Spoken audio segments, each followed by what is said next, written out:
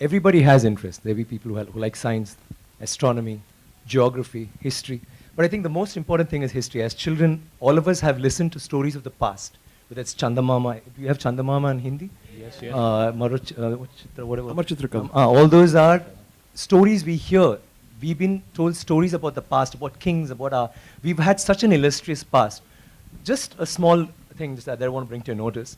We all talk about the pyramids and how could they have possibly built it? How did they do it so many years ago?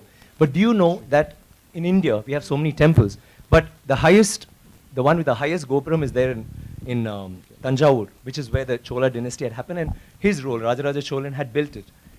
That particular temple has the highest Gopuram in the whole world. The top stone alone, it's a single stone that weighs 80 tons. 80 tons, not 1 ton or 2 tons. And how did they do it? But do we know that? We all go to the pyramids, we go see the Leaning Tower of Pisa. Someone said something very nicely. He said, we are actually appreciating a building that doesn't stand. It's falling over and wow, let's take a picture, let's take a selfie, and we're getting excited. But we have temples today that stand and they didn't use plaster. Do you know that for this particular stone, they had to use a ramp, which was 6 kilometers long, which was pulled by bulls, elephants, and people. 6 kilometers long to get it up there, without any machinery, without any cranes, without anything. And they didn't have plaster. It's withstood 6 earthquakes. You know what happens when an earthquake comes? Without plaster. What they have done is they have an outer wall, then inside that they have a corridor of 6 feet, which is an open, just a corridor, and then they have another structure inside which goes all the way to the top, which is why they can withstand earthquakes, which is why they stood so long.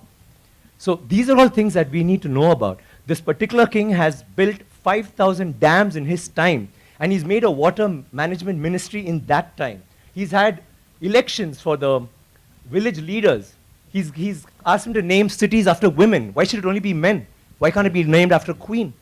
And they've had hospitals, free hospitals, and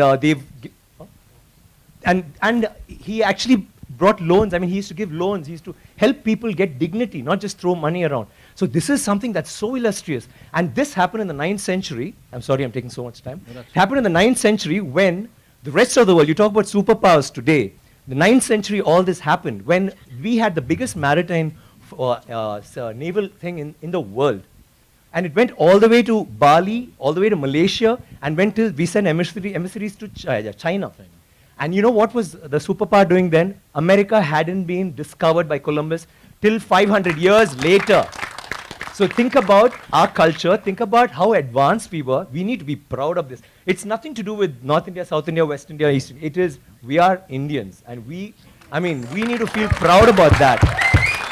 And England is so illustrious, but Englands were invaded by the Vikings, and the Europe was in the dark ages during the 9th century. They had nothing going on. So don't you think we should celebrate history? Absolutely, absolutely. Thank you very much. Thank you. Manisha, I need water, please. Manisha, I got 2 questions for you here. Harshada here.